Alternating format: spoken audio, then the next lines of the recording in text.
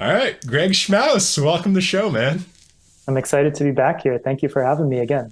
Yeah, dude. So, as we literally just talked about 10 seconds ago, the jumping off question I want to ask you, and because we never actually got into this, but it's pretty much the story of your life. And I know last time we didn't end up jumping on it. And Hmm. specifically, things I'm very curious about. For anyone that doesn't know, is you had a history dealing with OCD, and Hmm. you dealt with that.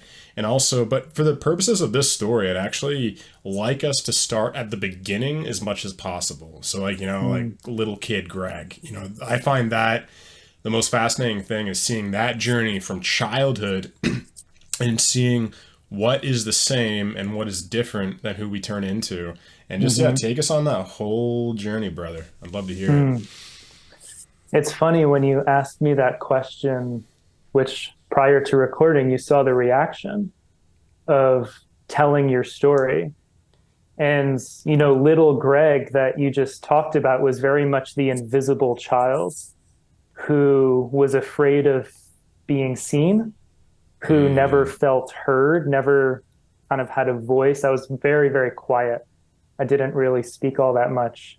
And so for me, sharing my story is actually me feeling seen and feeling heard with which actually feels very vulnerable for mm. that like younger part of me. So anytime I go on a podcast and the first question is like, tell us your story, it's way harder for me to actually go into that than asking me a question of like, holistic health or spirituality. Like Mm. that stuff's easy for me because it's not personal. Yeah, So like exactly. the personal question is like, oh, that invisible child's going to be seen. So yeah, I was very quiet, and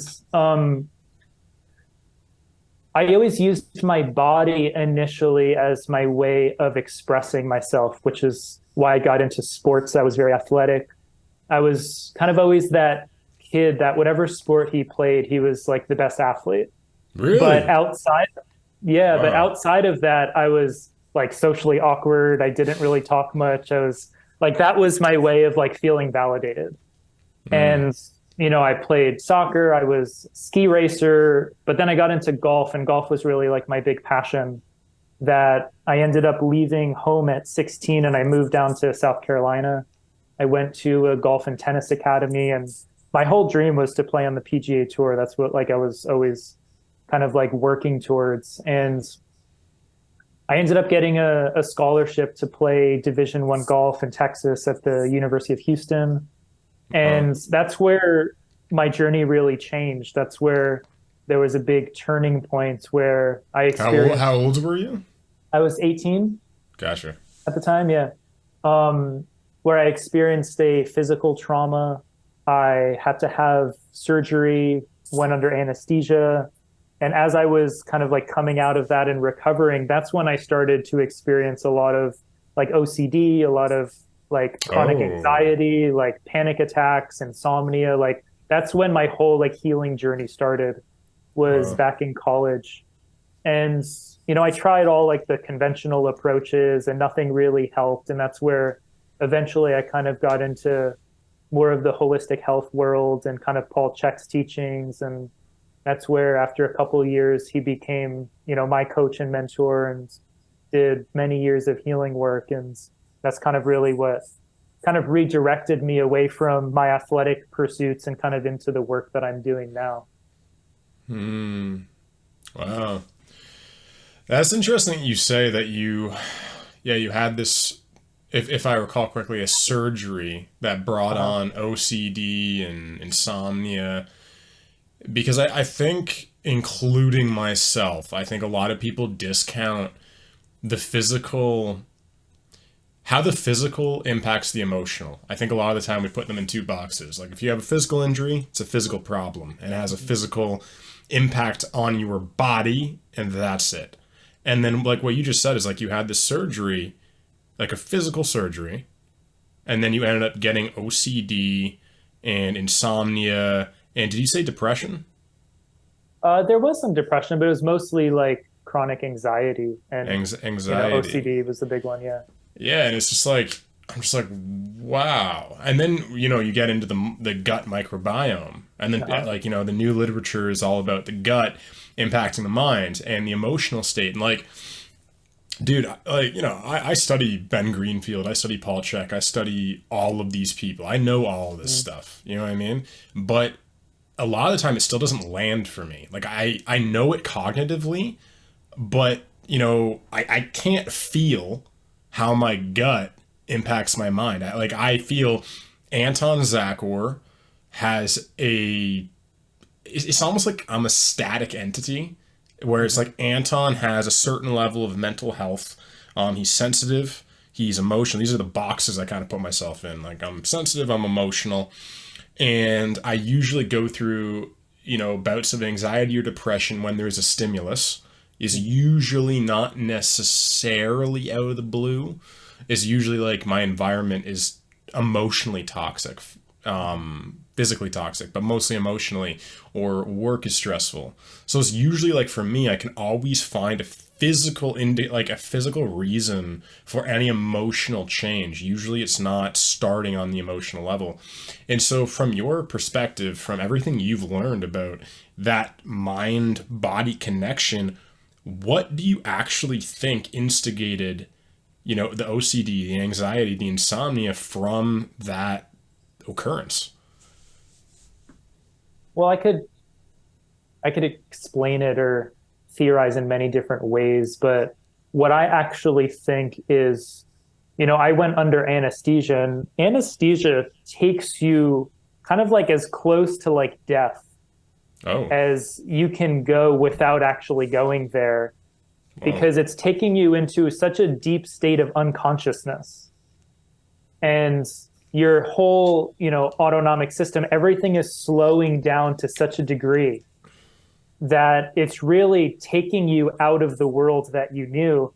And it's almost like anytime you go under anesthesia, it's very much like a death and rebirth process. So I think that the surgery and the anesthesia, the going into it and then awaking out of it, was a huge transition point in my journey. And, you know, something my girlfriend once said, which always stuck with me, is it's amazing what the body will take on for the evolution of the soul. And I think my soul's path in this lifetime was to be a healer and to be a teacher. It wasn't to be an athlete. And that surgery, that death and rebirth process, was a redirecting of my path onto what is more in alignment with what I came here to do. And the anxiety, the OCD, all of that stuff was kind of like my initiation as, let's say, a wounded healer. Of like, I have to go through my own firewalk first before I can support anyone else with theirs. Because if I don't go through my own, then I'm just like approaching it from like intellectual knowledge, not authentic experience. Yeah. So I think more on like a, I guess you could say, esoteric level. Yeah. That's really what was happening inside of me.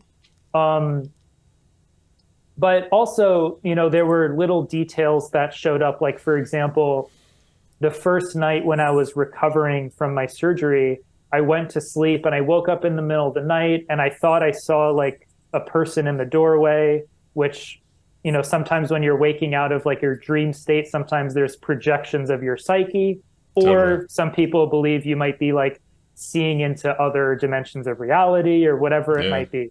I don't know, whatever it is, but I kind of like saw this being in the doorway. It was like this woman. I was just like, kind of looked a little scary and dark. And I'm like, I've never experienced this before. So it kind of like created a stress response inside of me. And at the time, I was still very much like physically compromised. I was very vulnerable. I couldn't get up. Like, I wasn't able to walk around.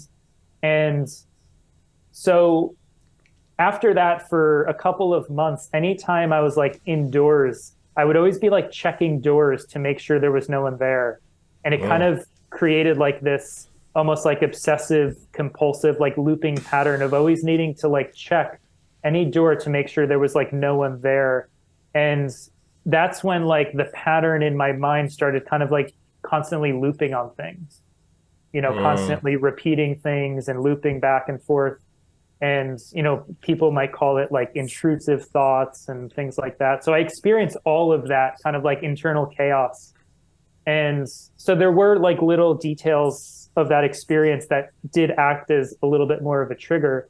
But I do think that I called that in for a reason, so you can obviously look at it from different vantage points. Yeah, so I just want to say right now, my audience is super woo-woo and open-minded. So for the remainder of this conversation, bro, if you want to go into like the esoteric, man, like I literally for the last like I've been developing my psychic abilities for the last, in a big way, 2 months.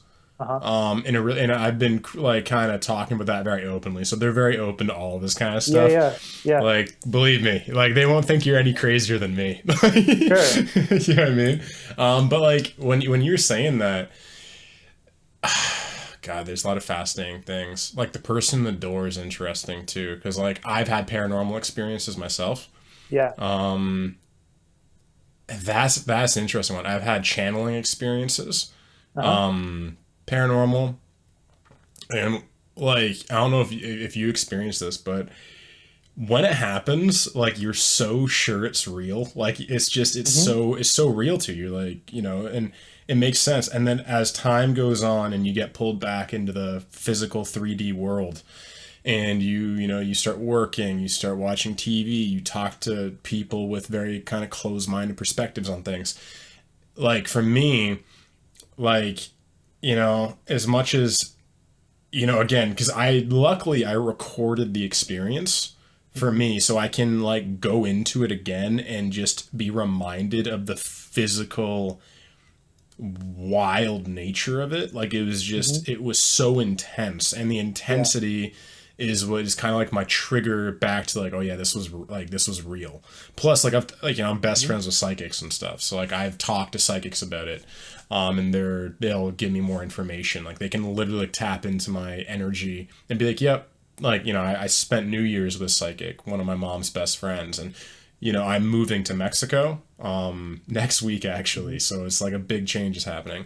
And she told me like all about this phase of my journey. She's like, for the next, I forget if she said a year or two, but she said like for the next year or two, your whole life is like the universe is teaching you how to let go of your mind. You know what I mean? To trust the process and not always have a plan, a structure. Because this is my default way of being, is highly organized.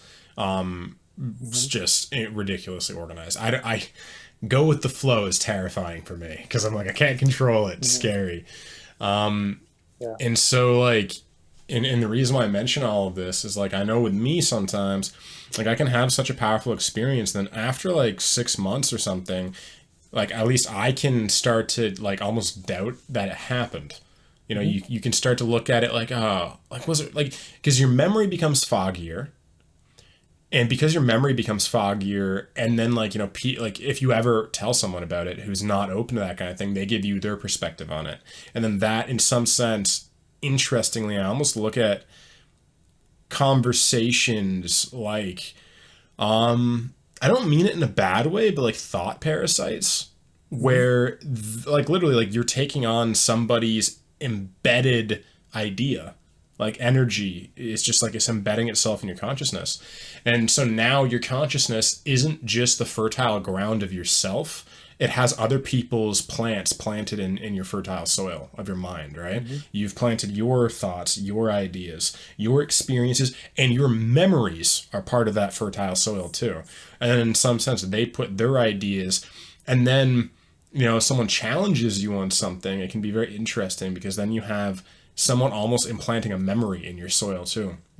And then it's like, I think we've all been in that experience where like, this has happened to me, and I know it's happened to other people around me, where you'll talk about a memory and then you're sure that it was your memory, but someone realizes like, oh, I told you that. And you're like, what? You're the reason why little bit of this memory's filled in with that information. That was actually you. That wasn't me. And they're like, yeah, I told you that like 2 years ago. But, and then you just realize that in some sense, like potentially, I don't know the extent of this, but like potentially like our memories are this collaborative process of our base memory and then all of the times we've told the story and how other people have interpreted the story, how other people have taught, like, kind of mimicked back to you your story in their words. And for some reason, sometimes your brain will almost override part of your memory with their word and their interpretation of your memory. And it just becomes really wild. You know what I mean?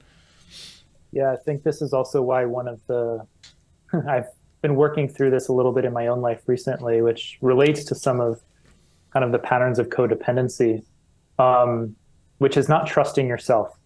And one of the big things that trauma does is it disconnects you from your instinctual nature, because the nervous system says, if I trusted myself and it resulted in this trauma, I can't trust myself anymore because I must have gotten myself into this situation. So, one of the first things that happens with trauma is we disconnect from our intuition, our instincts, our ability to trust ourselves. And, that's where many of us end up reaching outside of us for guidance more and more and more, whether it's from external information, the news, social media, even teachers and coaches and mentors. Even I've found myself using like psychics. Me like too, man. Me too, yeah. Bro. Keep like going. I can trust this psychic more than I trust myself. Yeah. That's all a trauma response. And it's also a response from patterns of codependency of people telling you that your experience is not correct. Yeah. So we start doubting ourselves. And there's a difference between questioning yourself and doubting yourself. Questioning yourself is very healthy, like questioning your experience, questioning your belief system. That's more from a place of curiosity. But that's not self-doubt. Self-doubt is more from a place of low self-esteem than actually being able to question your belief systems. That takes self-esteem. It takes self-worth to be able to question your belief systems or your biases, which is why low self-esteem is what actually creates defensiveness. Defensiveness is the unwillingness to question your own biases, your own dogmas, your own belief systems. So that connection to the ability to trust yourself, that's, something that I'm working on in my own life this year, is not looking outside of me as much for guidance as I used to. I'm actually even taking like a full year's fast from like external information. Wow. And like really just developing my own inner resources. And it's really returning back to my ability to trust myself. And one of my teachers that I've studied a lot of her work is Caroline Myss. She's, one of the leading experts in the kind of world of archetypes. And one thing she says is like, she's also like a medical intuitive, like super tapped in. And she says, look, everyone is psychic. Everyone is psychic. Everyone has psychic abilities, but not everyone has the self-esteem to be able to access them. Oh. And really it's, accessing your intuition and your psychic abilities, number one, is based on your ability to trust yourself and not doubt what's coming through you. And number two, it's, are you ready for that amount of truth that quickly? Right? A lot of people really shut their intuition out because they're not really ready for the truth, because the truth is inconvenient. Yeah. The truth might be of like, hey man, you need to move to Mexico. Meanwhile, you just like, you have a house here, you have a whole life built up in like this one location. And, Spirit says, yeah, you need to move to Mexico. Well, a lot of people don't want the inconvenience of that guidance. So they'll block that psychic or intuitive part of them out. So I think it's very interesting of like the ability to trust yourself and the ability to surrender to truth, no matter how inconvenient it seems at the time, is really kind of like how we break through and kind of be able to access those deeper levels of guidance more regularly. And trust me, I'm not there. I'm still working on it. Bro, but I'm definitely like aware of, where I've, intentionally blocked myself out, not trusted myself, things like that. Yeah. Yeah, everything you just said there, like that hit. Yeah, me and you seem to be on a very very similar journey this year. Because yeah, like yeah, it's really interesting. Like I've also like I know because I'm tapping into a lot of psychic abilities right now. Hmm. And it kind of blows me away because I'm like, where were these my entire life? Where were these when I was Hmm. five? But then again, I went through a lot of trauma when I was a kid. And so when you Hmm. said trauma has you detached from your intuition, yourself, and it externalizes your decision making process and your trust process, like, my God, that's true, man. Yeah. Yeah, I had no access to my own source of truth growing up. Like, zero, none. And I still find myself, yeah, going to psychics. That's my biggest crutch. I go to psychics a lot. Like again, like so what happened was, so I'm asking my soul because like I followed what Paul Chek teaches about talking to your soul, so I do that every morning. And so because I fundamentally don't trust myself, I need Hmm. to trust a process because in Hmm. some sense the process is external from you. So my process is I need to know where I'm going to be living in 3 months. When I finish my vacation, I need to know where I'm going to be living because I have podcasts scheduled starting March 1st. Okay, so I need to know what time zone I'm in. I need to know where I'm going to be. I need to know if I'm going to have internet. And this is fundamentally all me not trusting myself because if I trust in myself, I can just talk to my soul every day. What do I need to do today? Where do I need to be today? And trust that I will end up where I need to be and doing what I need to do, and that I'll have internet if I need to have internet that day. But again, I wanted to know, okay, this week where am I going to be? Puerto Vallarta? Okay, next week Cancun? Like I want to know week by week where I'm going to be, what I'm going to be doing. And what happened is every morning I would talk to my soul, and my soul won't give me any fucking information outside of 1 week when I land. So I have a month and a half trip, and I might be in Mexico for 6 months. I don't know. Could be the end of my life. Like I could be end up making that my home base. I don't know. But I know I'm starting in Morelia. It won't give me any information after that, and so bro, I spent like half of New Year's with a psychic. Like, well, can I know this? Am I bringing my recording equipment? Should I like schedule things in Pacific time? Like Hmm. all of these things. And Diane would repeatedly just go, Anton, this whole process about you learning to trust yourself. Like, you can't go to me for this. I'd be like, I get it. But like, can I bring my recording equipment? I would just like, I'd get an answer. I'd be like, yeah, I get that. And then I'd just like, it was my anxiety. It was like, I don't want to be homeless. My Yeah. number one fear is my two fears. I don't want to be homeless and I don't want to let everyone down because I have a fear that if I don't give people consistent content, they will realize that I'm not consistent, I'm not trustworthy, and they'll all leave and they will no longer support me or be part of my community. So again, abandonment issues. That's abandonment 101 because I was abandoned in high school. A feeling of abandonment from my father because abusive household, that kind of thing, right? So it's like there's this feeling of just abandonment at every level. Then I lost my best friend in my second year of university because I fucked it up. Like I was fundamentally the one that screwed up that relationship, but it was my best friend. Like we did everything together. It was also totally a codependent relationship, but it's still like I lost my second half, right? So again, growing up, dad, abusive, never felt like I could trust dad. Have my best friend in high school. They all leave me in the first week of grade 9. Again, I know it was fundamentally my fault. I was a bit judgmental. A lot of them were getting into cannabis and weed, and I was straight edge. And so without really saying much, I would judge them for it. And I know that pushed them away. And then when it came to my roommate Ryan in my second year, I took for granted all of the things he helped around the house with, right? I was kind of a bit of a slob. I didn't really take care of myself very much.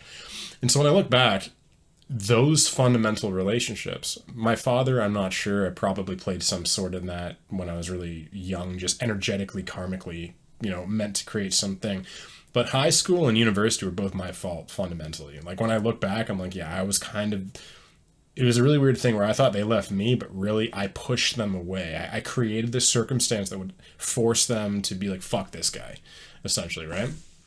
And so I have these like core abandonment challenges. And so that is my number one fear with my community, is they'll abandon me as soon as times get tough. Because that's it. As soon as times get tough, people abandon me. That's my story. And in some sense, it's like beyond a story. Like, as you probably know, like trauma has like a physical embedding. There's a physical aspect to it as well. The story is what we crystallize it into being with our story in some sense. We immortalize it. The story immortalizes it. It doesn't allow the trauma to release out of our system, at least from my perspective, right now. So it's like those two things. So it's like I fundamentally don't trust myself, because if I and also I've been really frustrated learning how to talk to my soul, because there's been a lot of times where, again, I will feel like I'm being withheld an answer. And my understanding is, again, I don't trust the universe.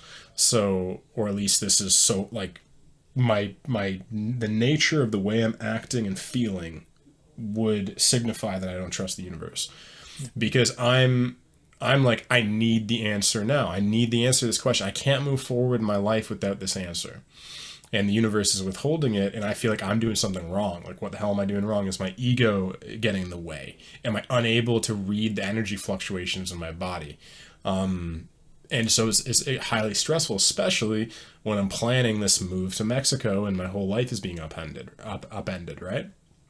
So it's this interesting thing where, and then this is really interesting too, man. So I had a support system in some sense. So I have somebody who lives in Mexico who invited me to stay with her for 3 weeks, right? She also said, reach out to my son. He'd love to talk to you and come on your podcast. Here's his Instagram, here's his email. So these people literally invited me to like stay with them, right? The moment I figure out I'm moving to Mexico, this was like a month ago, I send both of them a message, ghosted. I still haven't received an email back, a message back. And I'm just like, what the fuck? And then my friend, another friend, I'm not going to say the name just in case, because I don't want to create any bad blood or whatever. But he's one of my closest friends. And it's not even a bad thing, but we've been kind of... there's been a feeling like a rift created between us, just because lives are busy. My life is busy, his life is busy, right? And I know that, but it's like, again, when I just objectively look at my life right now, I'm essentially watching as I commit to a new life. The number one theme of this new chapter of my life is learn to trust the universe, and fundamentally learn to trust yourself, because you are part of the universe. Don't rely on organization. Don't rely on logic. Don't rely on comfort and support systems.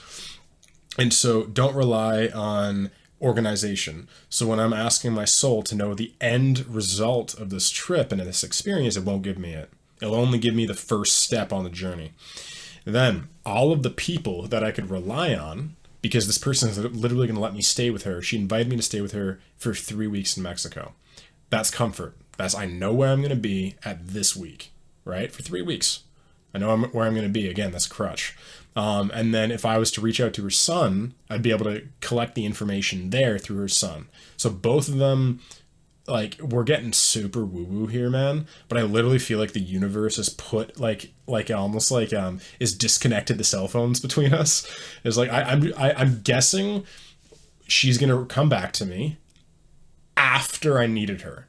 So essentially, once it's past the time in our stay where I was going to stay with her, then she's probably going to be like, oh, hey, Anton, for whatever reason, I missed this email. I didn't get this.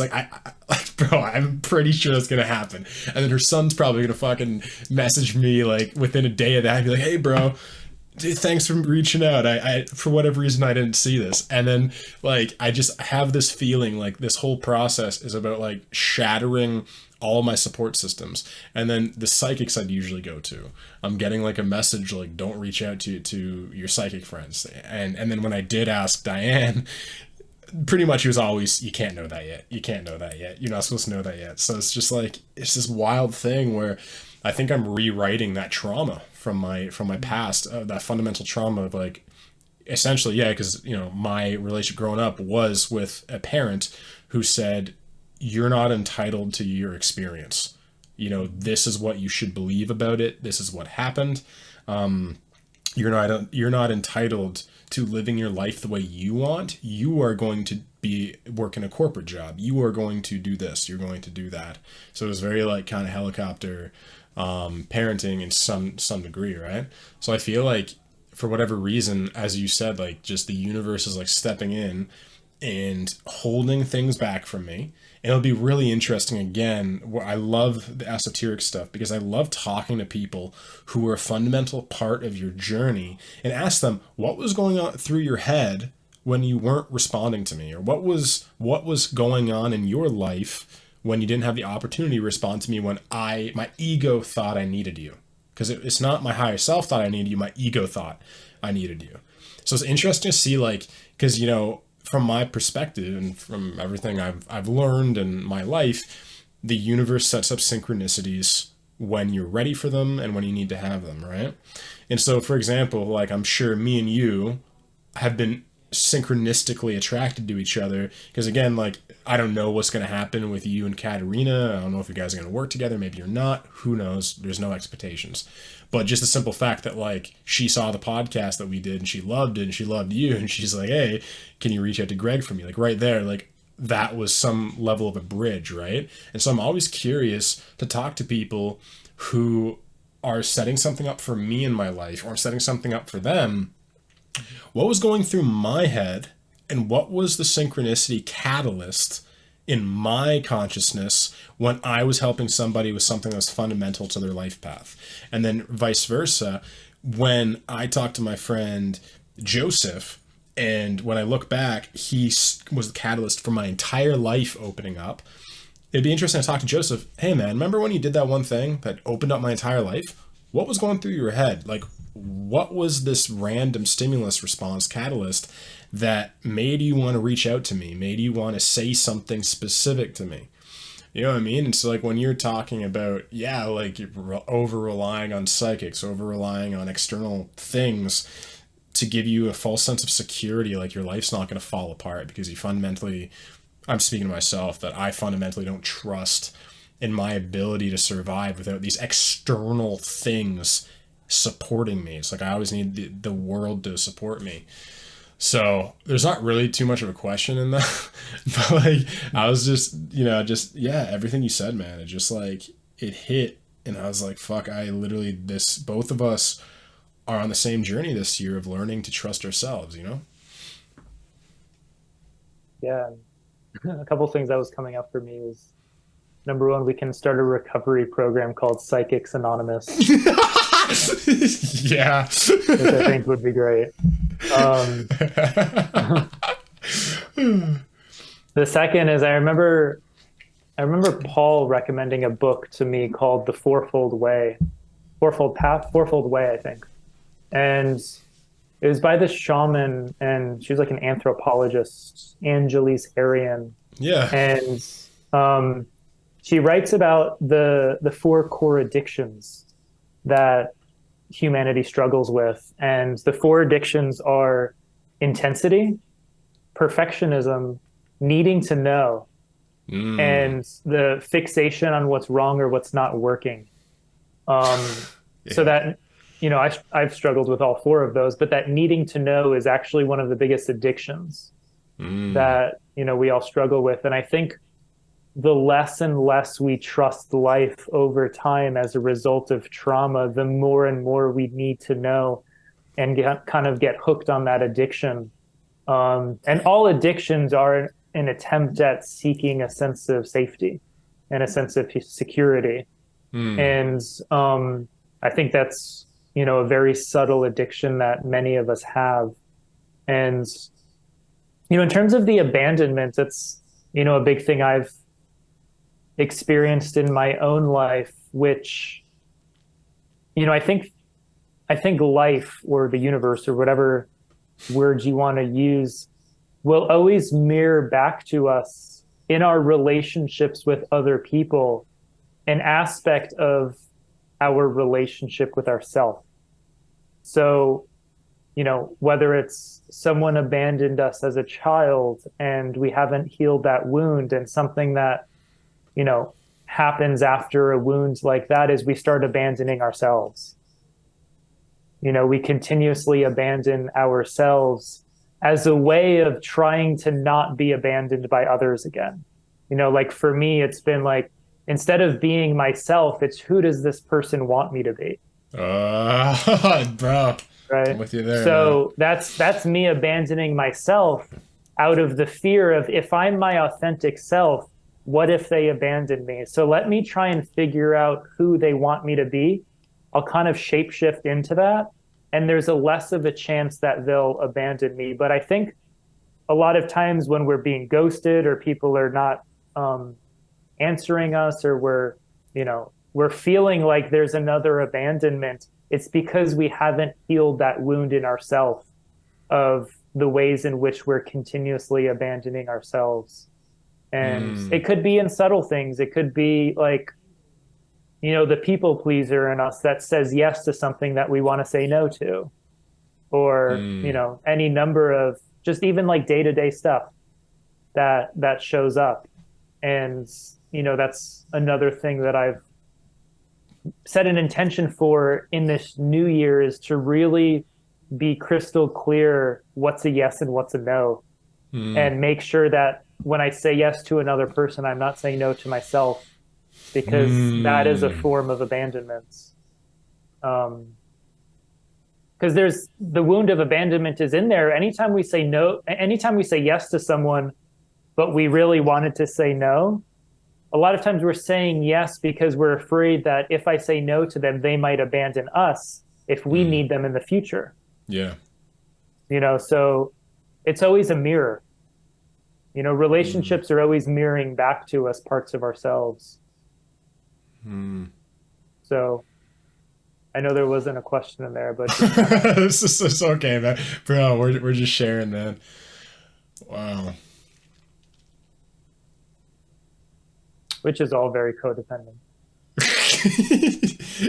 What is codependent? Well, I don't think codependence, I think we demonize codependency, which True. codependency started when you were in the womb. When you were in the womb, and when you were a baby and a child, you were totally dependent on mom, on dad, on whoever your caretakers were. So the pattern of codependency, first of all, is a very natural stage of development. Mm, It's a natural stage of creating attachments with parent child, for example. And eventually, obviously, we want to move through those stages into more of a sense of independency and then interdependency. But, where we get stuck is, as a child, when we're in the child archetype, we're completely powerless. We're kind of helpless. Like, we're dependent on someone else for our own survival. So mom, dad, or whoever is our lifeline. So what the child says is, the child says, who do I have to be to get my needs met with this person? mm. Because the child doesn't have an internal sense of self yet. The child's sense of self is very externalized. It's based on the feedback it gets from others. And theta brainwaves. Yeah, so the child in that theta state is very open and says, and has a hard time differentiating self from other. So it Mm. sees mom as happy, and the child thinks mom is happy with me. Then mom is Oh. upset, and the child says mom is upset with me. So the child develops its sense of self based on mom or dad's experience of itself. So the child then says, okay, who do I have to be and what do I have to do to get my needs met? To make sure I still have food on the table, a roof over my head, and a bed to sleep in. Right. So Mm. that's where, especially if you're an empathic, energetically sensitive being, your sense of self is still enmeshed in other people's experience of you. Yeah. And that's one of the biggest patterns that I'm working on healing in myself, even to this day, is where I still derive a sense of self based in someone else's experience of me. And if I'm still enmeshed with that, it leads to constant people pleasing, approval seeking, and self sabotage. Mm. So, one Yeah. thing I've been exploring is, can I be true to myself, which might result in someone else being disappointed in me or someone else being upset with me or triggered by me? And can I still feel really good about myself? Can I be in the experience of someone else being disappointed in me and me not translate that into I'm now disappointed in myself? Mm. Yeah. And that's the only way that you can actually hold space for someone, is if you no longer derive your sense of self from their experience of you, because you can't hold space for someone else's disappointment if you still see your sense of self in that. This is why, like Matt Kahn says, in order to truly hold space for another person, you have to take yourself out of their narrative. Mm. Because if you're still enmeshed with their narrative, if your sense of self is still enmeshed with their narrative and their story, then you can't actually hold space for them, because you have to defend a part of yourself, Yeah. right? You have to close a part of you off from any sort of like compassion or inquiry, Yeah. right? It makes me think of friendships. Like, Mm-hmm. are friendships actually like the most socially acceptable form of codependency that we all get brought in without knowing? And something I want to jump back to is when we said we're just sharing, and then you said something like that's codependency, or what did he mean by that? Can you say that again? So I shared my Mexico thing, and then you Uh-huh. shared something, and then you was like, "There's not really a question in this," and I said, "That's okay, we're just sharing." And then you Uh-huh. made a comment after there was a pause, and then you went, you said something along the lines of, and that's codependency, and this is what brought us right into this. But Mm-hmm. what I'm curious if you saw something that was codependent in sharing. Oh, no. No, there No. was just some element of what we were talking about in terms of like the unhealed trauma and the deriving your sense of self based in someone else's experience of us. That that was kind of like the starting point of the codependency. Oh, I thought you said that we were locked in a codependent relationship in this podcast as Oh, we were no. sharing, because I No. was like, bro, did he just see like the fucking 4D chessboard? And he's like, actually, we're being codependent right now. No. And, Not at and this all. this is actually a question. Maybe. Like, well, the reason why I brought up the friendship thing Mhm. was I was like, one of the fun. It seems like one of the fundamental things we all get caught up in codependently is friendships, Mm. because we're all invested in how our friends think of us, and some that's why we're friends. We rely on each other, and we want to show up with each other. We want to be loved by each other, and we want to love each other.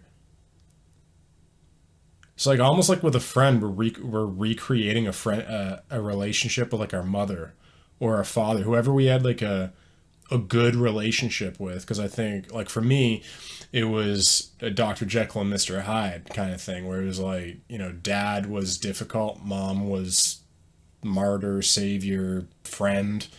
And so essentially, to survive that household, me and my mom got really close. Mhm. Very, very close. And then now, most of my friendships mimic my relationship with my mom growing up in some sense, where we're very Mhm. almost symbiotic, where we help Mhm. each other deeply, where if Sure. something's going on, we will share really deep stuff and hold space for each other. And then when you talked about holding space, you need to be outside of their narrative. Maybe I never hold space because in some sense I'm always invested in the narrative of my friends. Yeah, what's your perspective on friendships in the possibility of a codependent lens? Well, I think there's like a spectrum, and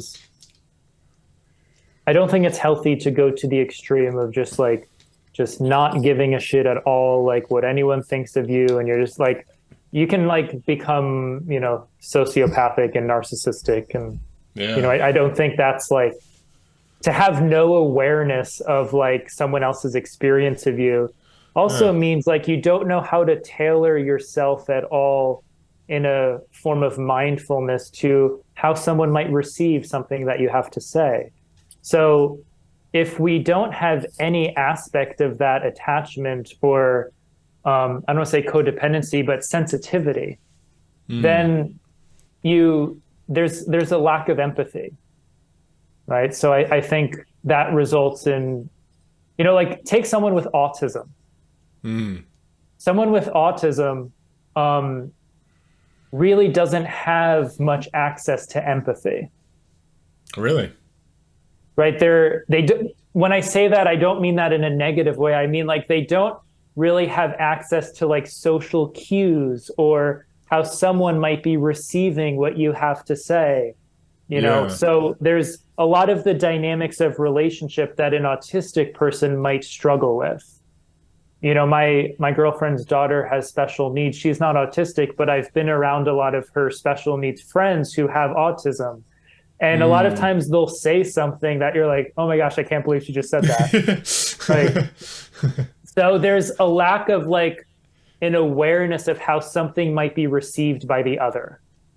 Mm. Right? So that's the one end of the spectrum. But the other end of the spectrum is where your sense of self is so enmeshed in someone else's experience of you that you disempower yourself, or you abandon yourself, or you don't speak your truth because maybe you're so afraid that it might trigger, disappoint, or upset somebody that you compromise yourself over and over again. That would be the other extreme.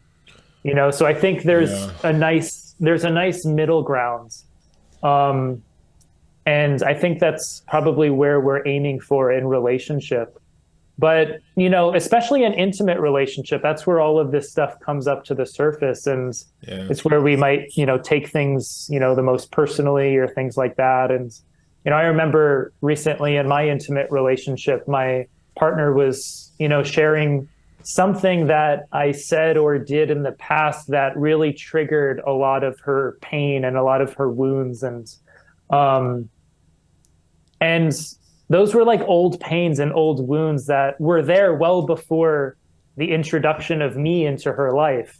Yeah. So, in the past, I would have gotten very like defensive that like, I didn't cause that pain or I didn't like, so it could have created guilt. It could have created shame. It could have created defensiveness inside of me. But it was one of the first moments of my life where I was listening to her sharing, and she was kind of basically sharing with me how something I said or did created pain inside of her.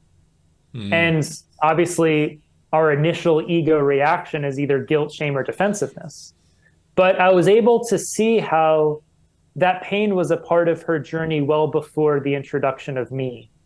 And something I said or did may have brought that up inside of her, but I wasn't necessarily the cause of it. So as soon as I took myself out of her narrative, I was able to actually hold space for her, even though she was kind of calling me out on something, right? I was able to actually have true empathy and hold space and not go into guilt, shame, or defensiveness because I took myself out of the narrative, knowing that this is more an aspect of her journey and her own healing process than anything I may have done wrong. And that's one of the big things. And I think the healing of codependency, which I'm far from having healed it, it's something I'm still kind of making the fire walk doing in the middle of, which is just because someone is experiencing pain, disappointment, is upset, or unmet expectations, it doesn't mean you did anything wrong. Mm. You know, as a child, we're conditioned to believe that if I say or do something and someone else is either disappointed, triggered, or upset with us, it must mean that what I said or did is wrong in some way. Yeah, because they're gods. Right? So that's one of the biggest patterns that we have to break within ourselves is that conclusion that we draw or Oh, that yeah. internal narrative that we create, Yeah. which I do all the time. Me too, man. Wow. Yeah, I was also thinking, codependency and symbiotic relationships happen with different kinds of people in my life. Mhm. Because I was gonna say, like, I just had a podcast with somebody else on Monday. Strong personality, alpha, like very, very alpha, very like, my way or the highway. Good guy, high integrity, really good guy, but just like strong, strong energy, right? And what was interesting about that one is I was very like, it's opposite, I think, to most people. Where with that one, I could easily maintain my center. I could easily maintain an emotional distance. I could hold space for him, even if he was kind of calling me out or saying this. It's probably because I like that's not the kind of person I would mesh with. Where, like, for example, I was thinking when you were talking, I was like, you would be someone where I would be the most codependent with because you feel very safe to me. And I feel like there would be almost like, I don't know if you remind me of my mom. I don't know, like there's a safety to your energy, and I can almost feel this energy like almost like a Disney movie, like the Wicked Witch who like come he's like, I love you, like come over here, and then like they bake you in their oven. I almost feel like, I'm not saying you would ever do that, but I almost feel like your energy is like it's something that like symbiotically with me like calls me for. It's like, hey, share, it's okay, and it's like I can almost feel this like soft invitation to share more and to get to almost attach our lives together. Our like almost like this like bonding mechanism is forming. And I was like, I could definitely see if I was totally unconscious, again, like a friendship forming with you that would be more symbiotic or codependent than like I would in some weird way care more about your opinion of me than the strong alpha guy. Like in some weird ways, like that I don't really care about. Like I'm like, okay, yeah, I don't care about that perception, but someone as open and soft or vulnerable as you, maybe it's literally because like again, it's like what you just said about intimacy is like why do our partners hurt us so easily? It's because like we feel safe enough to open our hearts up and take the walls down. And I think what I'm actually feeling is like you have a very calm center where like just in this conversation with you, like I can almost feel like my walls going down a bit, my heart opening up and being more vulnerable with you than I would with other guests on my podcast, or at least the manner in which I share is slightly different with you. Sometimes I can be vulnerable with other guests, but if the guest is very alpha and strong, I will share vulnerably, but with an element of power as a way of protecting myself truly. I will say the thing that I'm vulnerable of, but not actually be vulnerable energetically in the moment. I'm stating it with power. Where with you, it's like there's a safety feeling, a safety field where I'm like more vulnerable and I'm like, yeah, I could see people like not just you, but anybody that has like kind of our archetypal enmeshment. I could feel like that is like, yeah, it's like the brotherhood element of an intimate relationship where like you usually would have that with a sexual partner, but sometimes Mhm. you can have that just with like a brotherhood, someone who you feel kind of comfortable with. You know what I mean? You know what I'm saying? Yeah. And I appreciate you sharing that. Um, One of the reasons that is very often the case, I love Ram Dass's work. Yeah, me too. Ram Dass's like classic teaching is becoming nobody, right? He's got the documentary, the book, like Becoming Nobody.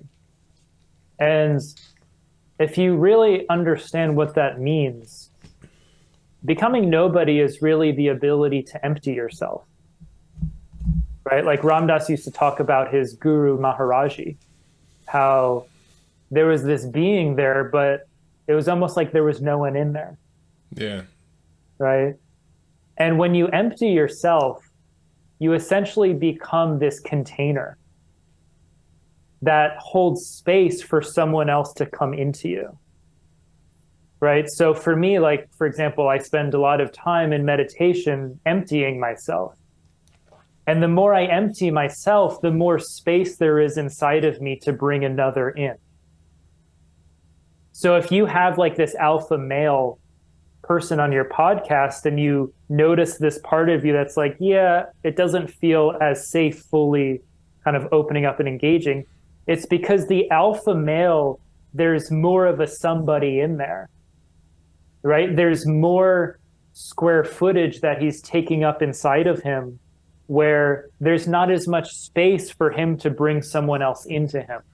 It's very much, if you think about like, you know, the male and the female has the vagina, which is the empty cavity that receives the male. Right? So the female is the emptiness and the male is the one that fills the empty space. Right? So when I'm in my feminine, I'm emptying myself and becoming essentially a hollow container to be filled with someone else that I can make room for. But the alpha male doesn't have the space inside of them yet for that receiving act to happen. From your perspective, then, I know we're talking about someone who's dead, and I love Ram Dass. Do you think that the fundamental work of Ram Dass was teaching the feminine polarity then? On some level, yes. But, you know, what he was really teaching is the letting go of the models of where you create identity from. You know, like the masculine is like, this is me. You know, I'm a lawyer, I'm an attorney, I'm a teacher, I'm a father, I'm this, I'm that. And it's like, yeah, that's like what Ram Dass calls like your somebodyness, like your attachment to this idea of who you think you are. But if you changed your career, you would still be you.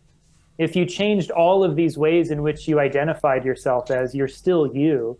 So that you are behind all of those roles or archetypes is like what Ram Dass calls like nobody training, which is just more of like an awareness, more of an emptiness.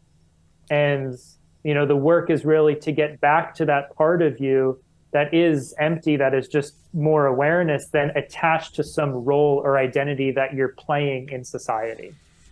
You know, like something that I think creates a lot of stress for people is, you know, when they attach their sense of self to something outside of them. Like, for example, people will say, I'm a Republican. Yeah. It's like, well, now you have to defend your sense of identity against anything that's non-Republican. We know how that goes. I'm Jewish. Now you have to defend your sense of self against all other religions. Or I'm a vegan. Now you derive your sense of self based on your dietary choices. So anyone that's a carnivore is a threat to your sense of self. Spiritual. I fall into that. I defend myself against atheists. Yeah, because I consider myself spiritual. Go on. Right. Then. So, you know, what I invite people to say instead of I'm Jewish is I practice Judaism. You know, or instead of saying I'm a vegan, say I eat a vegan diet. So now you're creating some space between yourself and the vehicle or the practice you use to navigate life. And just that little bit of space is really important, because just like people pleasing and approval seeking is a way that we give energy and power away, righteousness and defensiveness is another area that we give energy and power away. You know, so a lot of the healing process is reclaiming the energy and the power that we've given away by trying to hold on to some version of ourselves that is really an illusion. You know, Mm. I'm a vegan. That's an illusion. Like, that's not who you are. Like, if you ate a steak, you'd still be you. Yeah. You know, I'm a Christian. Well, if you became a Buddhist, you'd still be you. Just the vehicle that you're using or the practice that you're applying might be different. So, Mm. you know, it's really all conflict in the world is really a crisis of who we think we are. Yeah. That's where Ram Dass's teachings really come from. Mm.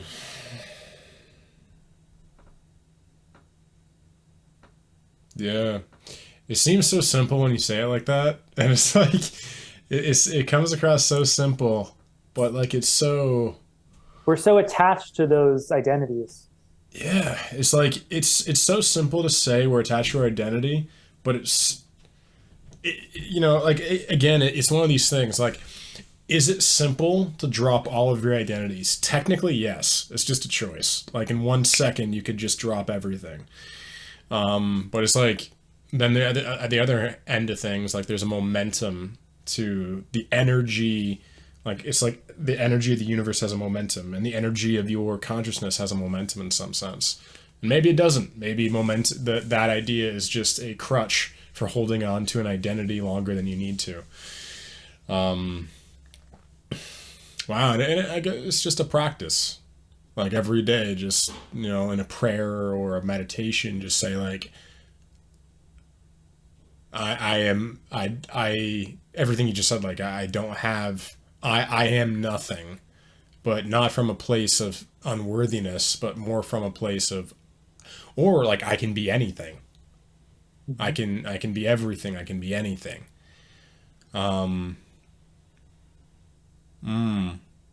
That's something Well, I'm this is gonna. also, go ahead, sorry. I was just gonna say this is something I'm going to practice in my own life because you know I'm a dreamer. I love entertainment. I love escapism. I don't even want to call it escapism because it makes it seem like you are trying to escape something. I love creativity. I love, you know, I've been getting into these ideas of Lucifer, Ahriman, and Christ. I just listened to the Charvin Jafaria podcast with Paul CHEK when they talk about it. And I found it fascinating that Lucifer isn't a negative energy, it's a tool, it's an archetypal Mm-hmm. energy, and it can be used in the positive or the negative. And like the Luciferian, like we all have the Luciferian archetypal energy, or at least if I understand Paul correctly and my own experience with it would make sense that we all have the Luciferian energy within us. We all have an Ahrimanic energy within us because the Luciferian energy within me is my dreaming nature, is my Mm-hmm. creativity, is the artist, is the musician, that's Lucifer. Like Lucifer is the dreamer. Lucifer is the illusion, and everything outside of the present moment and the physical nature of reality in the moment is, I guess, in some sense, Luciferian. Christ is the consciousness behind the illusion, Mm-hmm. and then Ahriman is the materialism in front, like in front of the consciousness, in some Mm-hmm. sense. And so, like, and where I'm getting at with this is like with this Luciferian part, like from that standpoint, I'm very Luciferian. You know, from that way of looking at it archetypally, I'm very Luciferian. I love dreaming. I love creativity. I love art. I love music. I love all of these things that don't exist yet, and I love bringing them into the world. In some sense, Mm-hmm. that would be the Luciferian in the positive, right? And part of that is I love role playing. I love being a cowboy. I love being myself or who I think I am. Like I love this person that has, you know, that I've kind of clinged on to as me. And everything you just said is like, you know, even when I moved to Mexico, it'd be cool to have like a blank slate and just be like, who do I want to act as in this country, and even beyond that, kind of what I'm getting from you is not even who do I want to replace my identity. How about choose it? Like you have the freedom to choose who you want to be in any moment. Do you want to be like a cowboy in one moment, like a gangster the next, or at least just in that energy signature? So I find that very cool that you just shared that. Yeah, one of my teachers recently once asked me this question: where are you rebelling against your true nature? What is my true nature? And for me, I reclaim my true nature by going back to my childhood. And Mm, I remember, like I shared when we started the podcast, being that child who's very quiet, who is very silent and didn't really say a whole lot. And for our culture, that could be very uncomfortable to be around. yeah. So I remember, number one, like being bullied and made fun of by like kids in school, even like parents. And I remember like always being in the car with either my parent or someone else that was driving me. And I was just like looking out the window, like not saying anything and just like really, really quiet. And the question would always be, Greg, what's wrong? So after hearing this question over and over again, Greg, what's wrong? Greg, what's wrong? Greg, what's wrong? I started to develop this belief system that my true nature or my natural state of being is wrong, which was just quiet, silent, observant, just present. And so I tried to become other than that. I tried many different personas, but, like Alan Watts talks about, the word persona means mask, right? So personality coming from the word persona means the masks that we wear. Wow. Personality. Persona. Yeah. So I tried many different masks to see what would fit and what would allow me to feel a sense of belonging, connection, to fit in. And eventually, that kept me safe for a period of time. That brought me a level of safety of like, okay, I'm going to wear this mask. It's not really who I am, but I feel acknowledged, I feel seen, I feel heard, and I feel a sense of belonging. So it feels safe. But eventually we get to this point, and this is usually where we hit a health or healing crisis, which is the pattern that once kept you safe eventually holds you back from being free. And Yeah. if we hold on to the model of safety at the expense of our freedom, it creates more and more pain in our life. It might be anxiety, it might be depression, it might be a physical illness, till eventually we let go of that old model of safety and what kept us secure and alive for however long it did. And we really give ourselves full permission to experience freedom, which for me is right now giving myself full permission to return back to that natural state. Like, can I sit at the dinner table and be present with my partner or my family and not have to say anything, not actually have to use words, not actually have to express anything, but just can I just be there and know that just being there and being present is enough? And what I came to realize is anyone who asked me what's wrong or anyone that had a hard time with my silent nature, I was really witnessing an ego in its unraveling process. And the ego has a really hard time with silence. That's why a lot of people have a hard time with meditation, is because in silence, the ego doesn't have anything to attach to. And also silence is a deeper state of intimacy. Words are usually what we use to avoid intimacy. This is why, when two shamans meet for the first time, they'll sit together for hours, but no one will say a word.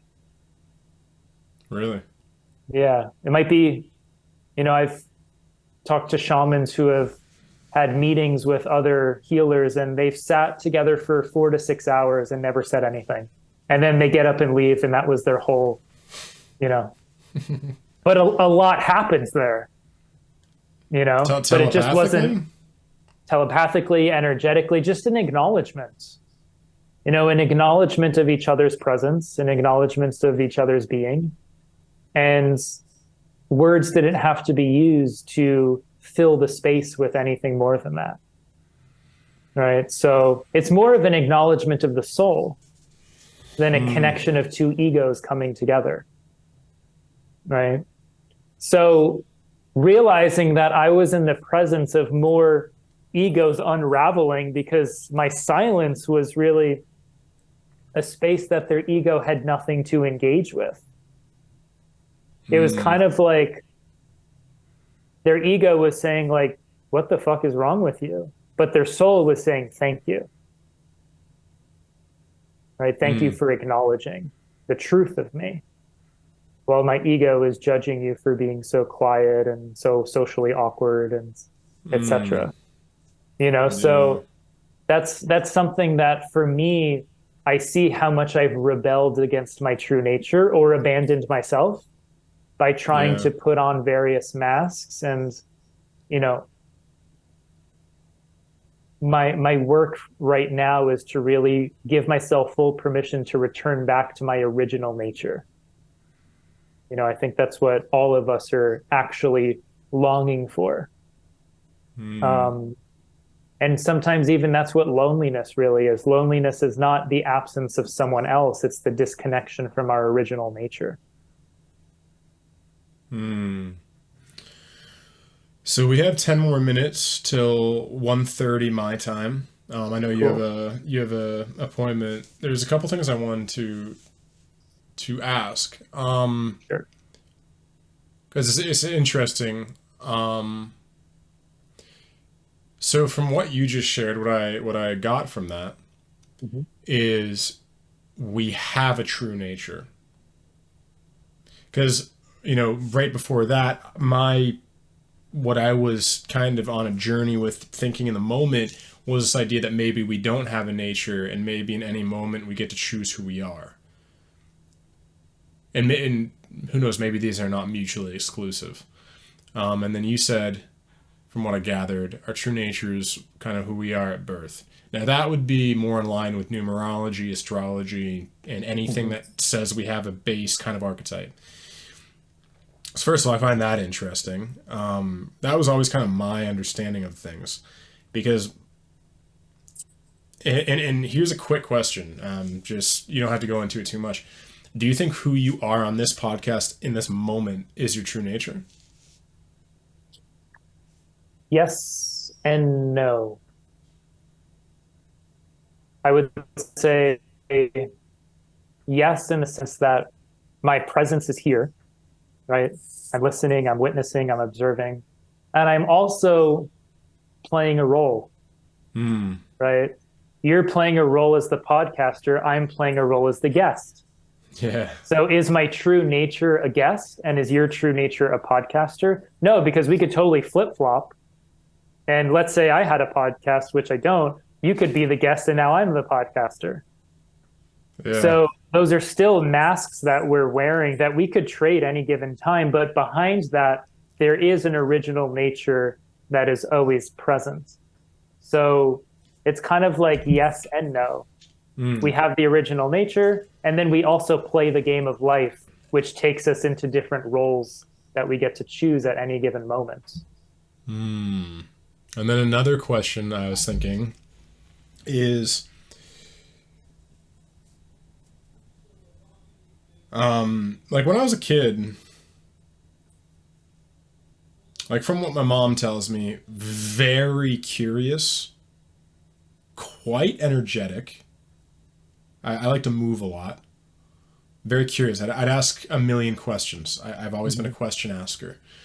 I've always loved to share. That like as Uh, much as I'm curious about the universe and the world, I equally love to share my own passion because I'm an incredibly passionate person. Just like I love sharing. I love both. I love again my why I like I'm very I'm not Aubrey Marcus, but it's like him and Joe Rogan are kind of what I modeled my podcast after, as they were some of the first people it seemed like on the market that were more conversationalists rather than interviewers.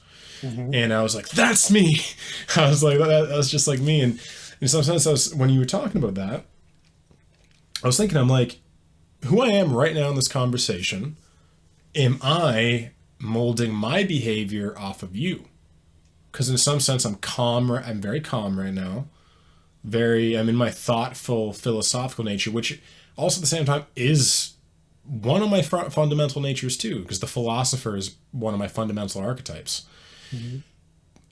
I'm a really weird balance of archetypes in that I'm equally as philosophical as I am passionate.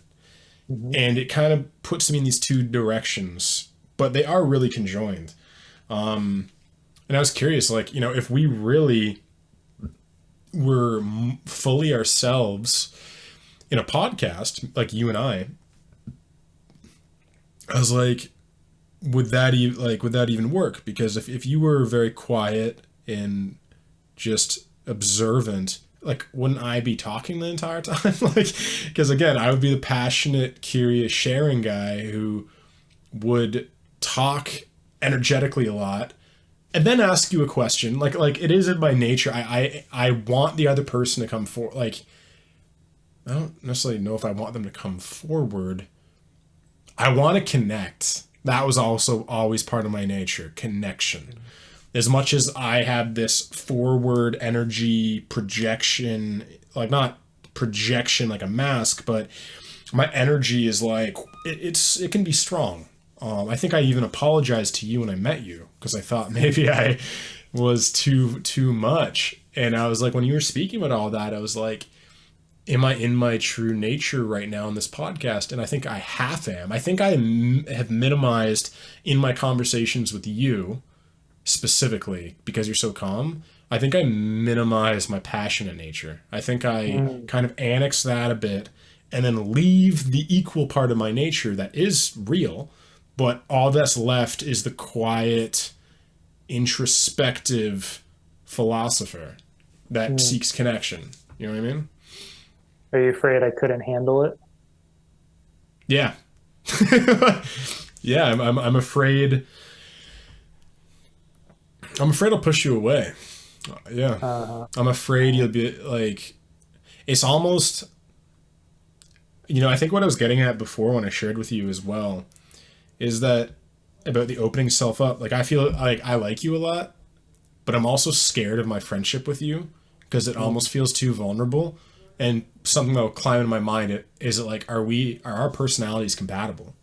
If we did become true friends, like, is he too quiet for me and am I too expressive for him? And it hurts me and it almost makes me tear up a bit because how, like, I really love you. And it's almost like loving somebody and like thinking, and maybe it's just the fearful part of you is like at the same time fearing, is this destined to fail because we are just incompatible, even though I have this love for this person. You know what I mean? Yeah, I appreciate you sharing that. And, I've had those dynamics in relationships before where I might be in relationship with someone that's like super expressive and always sharing. And I've been someone who's always like processed things more internally. Yeah. And has kind of like been the space to receive, but not necessarily the one that's really like sharing as much. And, my partner recently just shared with me just like how vulnerable that can be for her. Yeah. Because sometimes it might feel like, what if he has like this whole private life that I don't even know about, or like, what if, there's so much to him that I don't know that he just doesn't share, so, part of my work within myself is to explore like, well, what are my fears around sharing? My fears are probably the same as your fears, which are that we're going to be too much for one another. Yeah. So you realize that where you're coming from and where I'm coming from is exactly the same wound, which is the fear of being too much. And if I'm too much, what if I get abandoned? Yeah. So there's kind of like the hesitation of like oversharing. I might go to one extreme and so forth. So yeah, I definitely could see that. And, one of the reasons I really appreciate you sharing that is because it's an opportunity for me to look at you know, there's a light side for me being the person that people feel safe around to share, and to be the quiet, silent presence. But there's also the shadow side, which is, am I really afraid of bringing my full self to the table? You know? So that's something that I have to work with within myself. And also I think the question of like, am I being my original nature, my authentic self or not? One of the ways we can answer that is we can assess in any given situation the version of us that we're being. Does it feel stressful or draining in any way?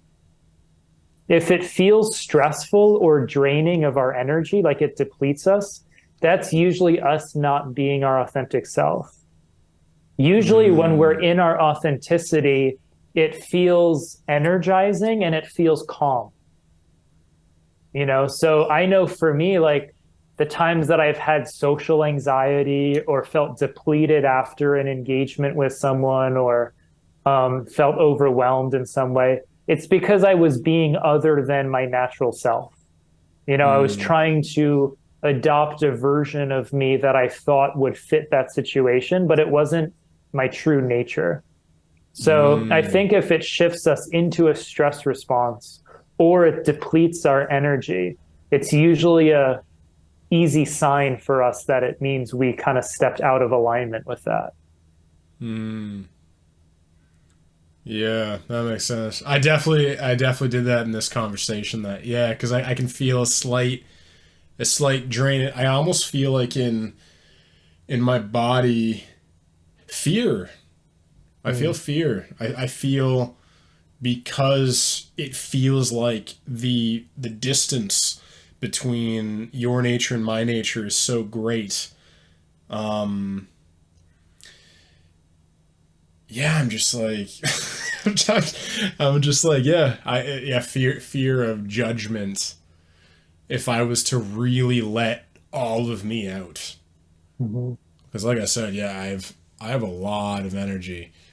And a lot of like power, and I've been shamed in that a lot. I've been shamed a lot Mm-hmm. in like I got Yeah. expelled twice. I got suspended like 26 times growing up when I was a kid. So like I was like kicked out of schools and suspended because I was literally too much. That's what they literally Mm-hmm. said. Too much. So it's like yeah, I have that like yeah, that fear of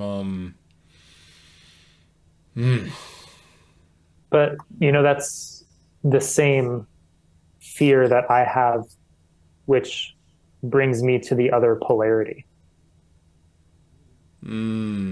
so you feel like you also have a lot that you want to bring forward, but you're afraid of the judgment, so you pull back in your base nature. Because I'm also pulling back, but my base nature is really strong. So it seems like my base nature is strong and I'm pulling back. And you've stated your base nature is calm and observant, but you're also pulling, like, how does that work in the Well, relationship I'm between you and me? actually kind of stepping in more, Oh, yeah, okay, I hear you. right? So there's almost a balancing act of my nature might be more reserved and I'm stepping in, and your nature might be more kind of stepping in and you're kind of pulling back. And, you know, for example, like when you asked me the initial question of tell us your story, you know, my body went into a huge stress response, you know, like increased heart rate, like all of that. So that was me feeling seen, feeling heard, which for the invisible child archetype is very uncomfortable. The invisible child archetype is the one who feels much more comfortable not being seen and not being heard, right? Because if I'm not seen and not heard, I can't be attacked or judged, etc. right? So telling your story is actually me stepping into myself as an individual, and being an individual can be quite vulnerable. You know, if you want to get a little woo-woo for a sec, being one with the universe can be a hiding spot. Yeah. Because if you're one with the universe, you're never an individual that someone else is in relationship with, which means you can get judged, you can get rejected, you can get abandoned, you can get attacked. So the shadow side of becoming nobody is the fear of being somebody. This is why Ram Dass says you have to be somebody first before you become nobody. Oh. This is why, like Paul Czech says about psychedelics, you have to form a mind before you blow a mind.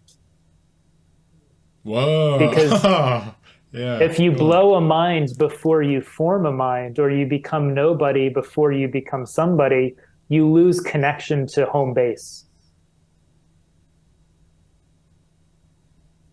Right? You lose connection to your identity as an individual self. Which is why, like we were talking earlier about that superior and inferior ego. Yeah. Like my invisible child, my nobodiness is very comfortable for me, but my work here as a soul is to develop more of an ego structure so I can come to know myself differentiated from other. Where the superior ego is the one who's like all about themselves, where they need to learn their interconnectedness of like, hey, yeah, you're an individual self, but you're also part of a greater whole. So the universe tries to annihilate that ego so it can come to know itself as part of a greater whole. But the inferior empathic person, inferior ego, I don't mean like less than, they already know themselves as interconnected because they can feel it. But they don't really yet know themselves as an individual self, which is why most of the codependency patterns come from empaths, sensitive beings who feel other people's emotions and feel other people's energy and just have a hard time differentiating self from other. This is why Matt Kahn talks about this teaching of like, the empath is here to build an ego, and the narcissistic person is here to dissolve their ego.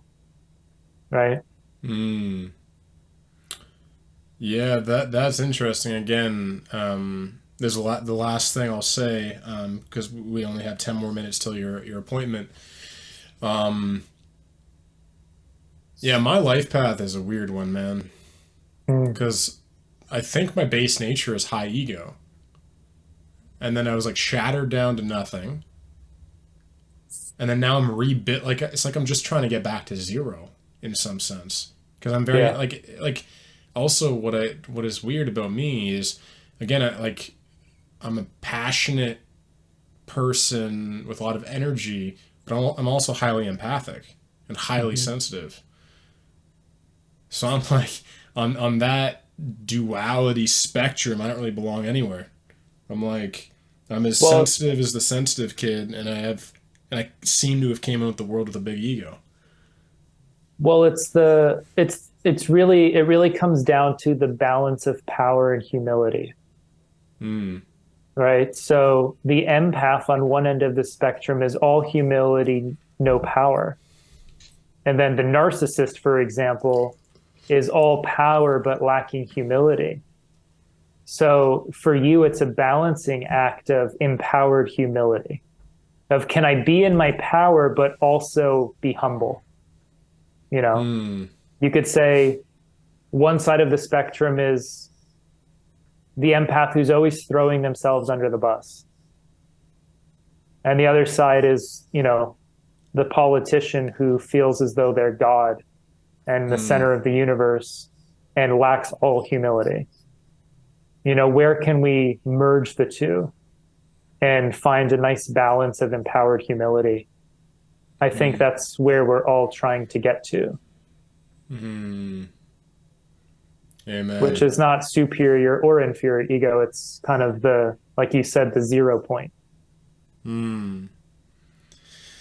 All right. So now going into plug time. So if you can please share with myself and everybody where we can find you, what you're currently working on, and if people want to support you, how they can support you. Yeah, so my home base is my website, healing4d.com. So that's where they can, see all of my offerings. I have my online program, which is Healing the Mind, A Journey to Wholeness, which is a 21-day online program. It's a fully holistic approach to mental health. Um, One of the things that I'm doing a lot of work now is around archetypes. Mm. So around this time of year, I'm supporting a lot of people in casting their archetype wheel so they can kind of work with that in the new year. So on my website, they can see some information on that as well. And then the last thing is actually just on January 1st, my partner and I just launched an online community, a membership based healing community, which is synergymedicine.us, where we do like weekly group coaching calls, live streams, put out content and courses and things like that. So one of the big things this year is kind of creating a sense of community with people with shared values on, healing journey. So synergymedicine.us is the community platform for people to check out. So social media, Instagram is 4D Healing. And I have a YouTube channel. It's just my name, Greg Schmaus, and I post some teaching videos on there as well. I'm not as active on YouTube as I am on Instagram. So those would be the best places to find me in this universe. Thanks, man. And yeah, these podcasts are always vulnerable, like intense for me in a non-intensive way. Like it's just Yeah. yeah, it's intense for me. There's a lot to process, and I find every time I talk with you, which has been 2 times, well, even like after and before, like at the end, for anyone that doesn't know, like me and you talked for I think like 20 minutes after the last podcast and got pretty vulnerable there. But yeah, man, I just find you like an excellent mirror. Like I find you so wise. Like you're really wise. You're very self-reflective, and you look at things in a way that most people don't. And I was just so impressed by you when I first came across you with Paul Czech. I remember I showed my mom that podcast. She loves you too, and like I was like, On Mom, I which gotta one? check it. You with Paul Czech. Oh, okay, okay. Uh-huh. Yeah, like wait, like 2 years ago or something. And yeah, I sent my mom Uh-huh. that one, and I was like, you gotta check this guy out. He's awesome. Like this podcast is great, and Uh-huh. yeah, it's cool to like have you on my podcast. After being a fan of you and Paul's, before, man. But yeah, yeah, you're a very special person, and I very value your insights and just yeah, man. That space you give can be very confronting, especially for someone like myself Mm. who has a fast mind. Um, but it's like yeah, just yeah, how you hold space and the wisdom you have, man. I'm I'm very grateful to have you on the podcast. So thanks. Yeah, and I appreciate the space that you hold on your show and just for giving me the opportunity to be a part of it. And I'll also acknowledge that, podcasting is a vulnerable thing for me as well because of what it brings up inside of me, given, everything that I've shared, in this show about, my nature growing up. So, when I was asked certain questions, like the first question of like, tell me your story, and I noticed that fear and stress response, it was a podcast that I felt totally safe. And it was a person, yourself, that I felt totally safe holding space for myself while that stuff was coming up, where there's other podcasters that might be interviewing me that I might feel like I have to perform at a certain level or I can't be that vulnerable. So there's a part of me that wants to like compartmentalize those emotions and those fears and those vulnerabilities. But I never felt like I had to do that on your show. So that's a testament to also the space that you hold for your guests, myself being the guest today. So I appreciate that. Thanks, brother. I love you, dude, and take care, okay? You got it, man. Love you too, brother. Be well. Welcome back, everyone. If you enjoyed the episode, be sure to let me know in the comment section down below. And if you want to check out more episodes just like this one, click right here, and I'll see you in the next one.